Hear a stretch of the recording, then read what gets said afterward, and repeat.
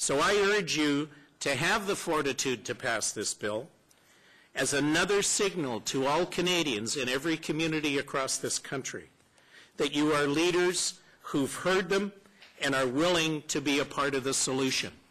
I know I and my council and my community and the city of Surrey and many other communities across this country are willing to be a part of that solution, and I think we've got to stop dragging our feet, we've got to get on with it, and we've got to move forward in a way that we do put consequences where consequences deserve to be.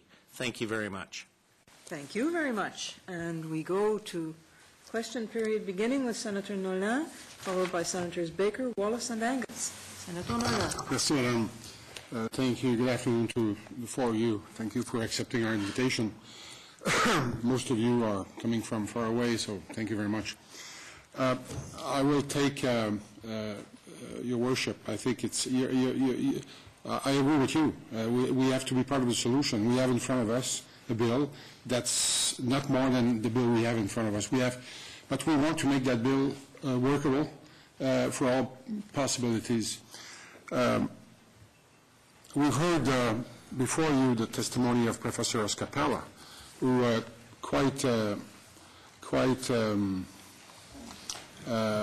let's say, well, persuasively, first-hand testimony as students. He's saying basically 10% of his students could be caught in the application of that law. We have limited power. So if we are to do something with that bill, we'll probably have to amend it. At the end of this testimony, he put on the table a start of a solution, I think, and that's my question. You're all convinced of the capacity, deterrent capacity of MMS, but if by mistake 10%, and that's going to be in your jurisdiction, Mr. Momy, 10% of the students of Professor Oscapella are caught in the system, we need a valve somewhere to make sure that, because the intent, the minister was right there at your seat, Mr. Mayor, saying we need to, this bill is there to go after, like you said, the parasites and those who are making big money out of that trade. But the way the law is built, the way the CDSA have been evolved with time, we know the interpretation of traffic. We know that an exchange of any amount, quantity of cocaine between two students or ecstasy will lead to 2 years in prison, minimum. So we need a valve. So what about this idea of reopening the law and giving the judge the authority to use his discretion, and to explain why in writing, and not to apply the MMS? What would be your reaction to that? Maybe I can start, and then I can allow my colleagues to speak. I hear this quite a bit, and I hear quite a bit in my community as well about, the youth that are using and passing a joint to each other, or passing around ecstasy or some of the pills. We need to lighten up on these young people because they're just part of a more liberated society, and this is part of who we are, and we need to understand that. I take exception to that because I think the message we need to send to our youth is there are consequences for actions. And I think, when you look at this bill, if you feel there are applications that judges need some latitude, I will defer to the legal experts on that. But I think that the young people of this country need to know that the lifestyle of the drug culture and the money that can be had and the cars and the parties and the girls and all of those kinds of things is a road leading nowhere. And that's what our police deal with all the time, because they see the effects of these things on our streets again.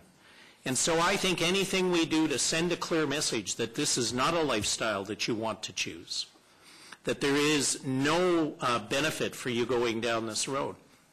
Because I hear a lot of people I've talked to people who've been in gangs who said the reason I got involved, I started smoking dope and I was on my streets and I was having a good time and I saw the other guys who had the big cars and I thought, well, gee, I could make a few bucks here. And yes, it started small, but then they got themselves into a bigger and bigger situation. Some of them got trapped by the organized crime gangsters in this, so they got caught in a lifestyle that they then had no choice to get out of because they were trapped.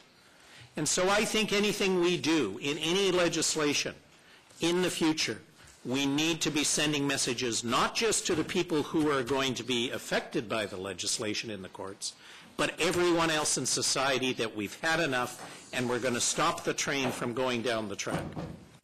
But read me, understand my question properly. I'm not saying that we should not prosecute. I'm saying, should we apply a mandatory minimum sentence? That's my, and the judge who is probably at the end of the day, the individual, and the way we've built our judicial system, that person is independent, free, and will take a decision in the interest of the justice, and we have books of principles and jurisprudence and case law to influence how the judge will take that decision. At the end of the day, he's alone. And if he's wrong, there's an appeal system. But he's the one who will decide for the best of society, and that person in front of him or her, what's the best for that person. And that includes young offenders. That's why I'm asking you that question. I'm all for the deterrent. If it works, that's another question, another ballgame. We're not going to get into that tonight. We've heard plenty of witnesses on that. I'm all for the 10%, Mr. Momy, that are under your jurisdiction. You can be caught by that. What are we going to do? Moi laisser M. Massicotte répondre, mais je veux juste, premièrement... Thank you very much, but before you answer to the question, the 10% that the professor mentioned, I would like to have a case put before me that a person exchanging or giving a joint or marijuana, well, I'm differentiating. Different section in the bill we have in front of us. I'm not talking about a joint.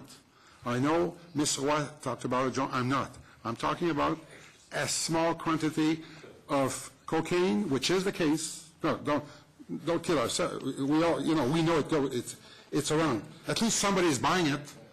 We know the market is there. So, or a pill of ecstasy. That's why I'm using those two examples. I'm not saying there shouldn't be a process. But I'm just saying, do we really need a mandatory minimum sentence to cure that problem? Yes, thank you very much, Senators. I really appreciate the opportunity to be here. Coming from the Waterloo region, as you know, we have 3 universities there and a couple of colleges that are in our close proximity. And my experience in policing, I've been a police officer for 31 years.